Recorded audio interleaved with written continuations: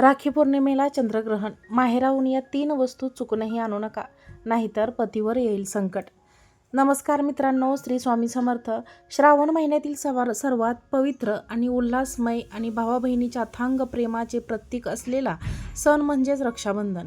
हा दरवर्षी श्रावण महिन्याच्या पावन तिथीतील अत्यंत उत्साहात साजरा केला जातो. 2026 मध्ये रक्षाबंधन कोणत्या दिवशी आहे?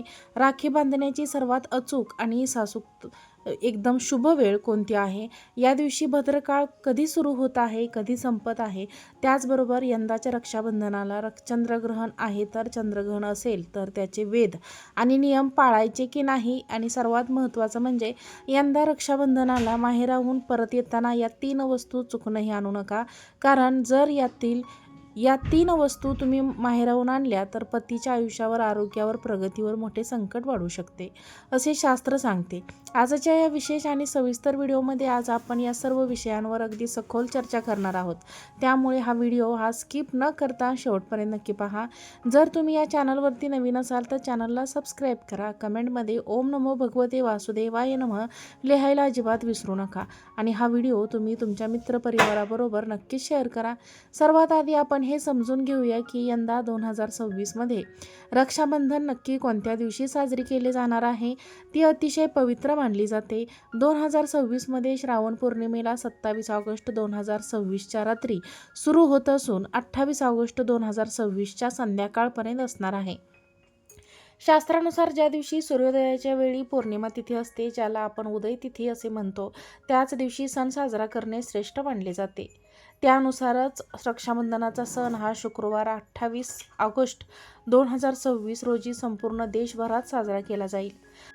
या दिवशी सकाळी सूर्योदयापूर्वी उठून अभ्यंग स्नान करून स्वच्छ वस्त्रे परिधान करावी आणि कुलदेवतेची पूजा करून त्यांनी सणाची सुरुवात करावी.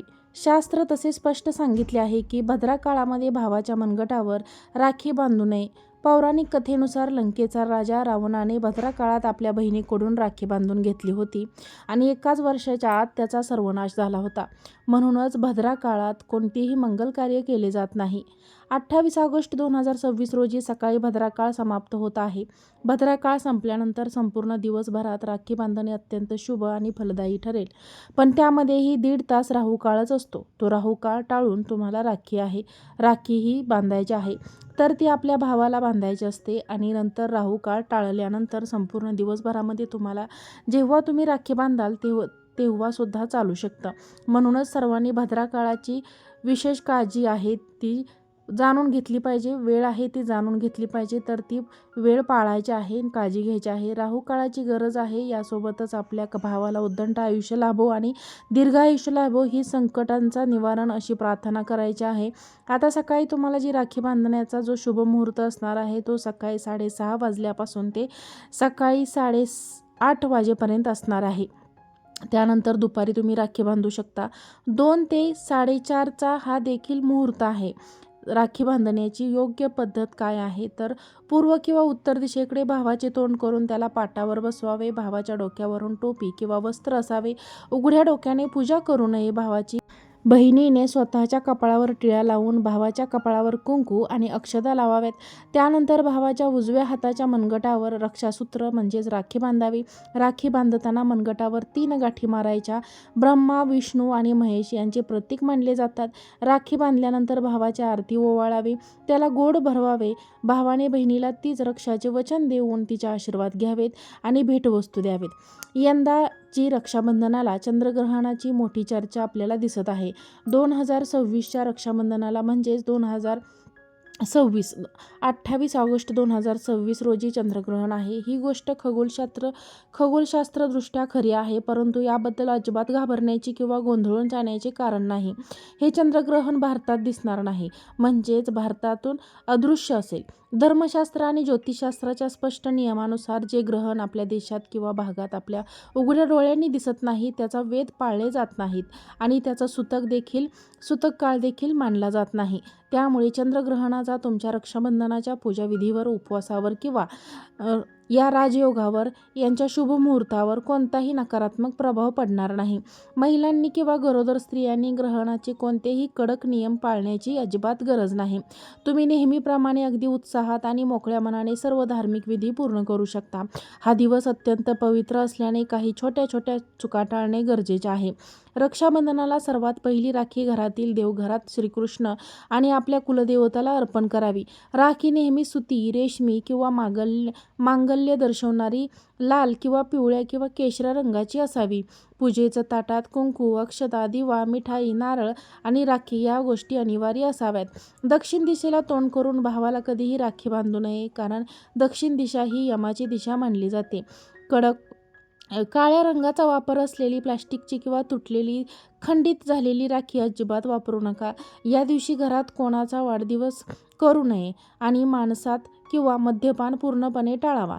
मांसाहार टाळावा. या सर्व गोष्टींचे आहेत तर ते आपल्याला पाळायच्या आहेत. आता वळूया आजच्या व्हिडिओच्या सर्वात महत्त्वाच्या आणि संवेदनशीलच्या असलेल्या विषयाकडे. रक्षाबंधनाला प्रत्येक बहिणीने मोठ्या प्रेमाने माहेरी जाते. आई वडील आणि भाऊ बहिणीचे कौतुक करतात आणि तिला अनेक भेटवस्तू म्हणून देतात. परंतु शास्त्र आणि वास्तुशास्त्रानुसार रक्षाबंधनासारखे सणाला माहेरून परत आणतील. येताना जी मुलगी माहेरून परत येते, काही गोष्टी, काही विशेष वस्तू सोबत आणणे पतीच्या प्रगतीसाठी, आरोग्यासाठी आणि भाग्यासाठी अत्यंत अशुभ मानले जाते. या 3 वस्तू कोणत्या आहेत आणि त्या कोणत्या आणू नये सविस्तरपणे आपण जाणून घेणार आहोत. त्यामुळे हा व्हिडिओ आवडला तर लाईक करा आणि चॅनलला सबस्क्राईब करा. ओम नमः शिवाय कमेंटमध्ये लिहायला अजिबात विसरू नका.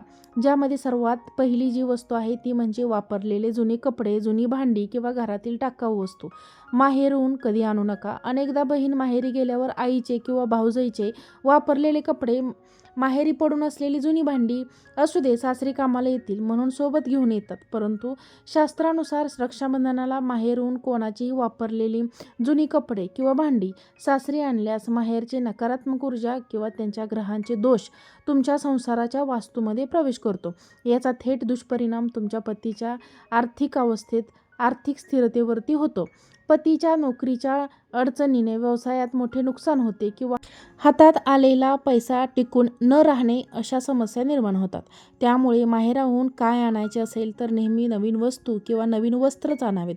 माहेराहून काय आणायचे असेल तर नेहमी नवीन वस्तू किंवा नवीनच वस्त्र आणावे. रक्षाबंधनाला माहेराहून भेटवस्तू घेताना त्यामध्ये तुम्ही चुकूनही धारदार, टोकदार वस्तू जसे की कात्री, सुरी, काचेचे सामान आणू नका. यामुळे जसे की कात्री, सुई आपण आणल्या तर त्या शुभ मानल्या जात नाहीत. वास्तुशास्त्रानुसार माहेरून आणलेल्या धारदार वस्तू सासरच्या घरात ठेवल्यास पती पत्नीमधील प्रेमात दुरावा येतो आणि कौटुंबिक क्लेश वाढतो. याशिवाय पतीच्या डोक्यावर सतत मानसिक ताण राहतो. यांच्या आयुष्यात अचानक अपघात किंवा आरोग्याच्या गंभीर समस्या उद्भवण्याचा धोका वाढतो.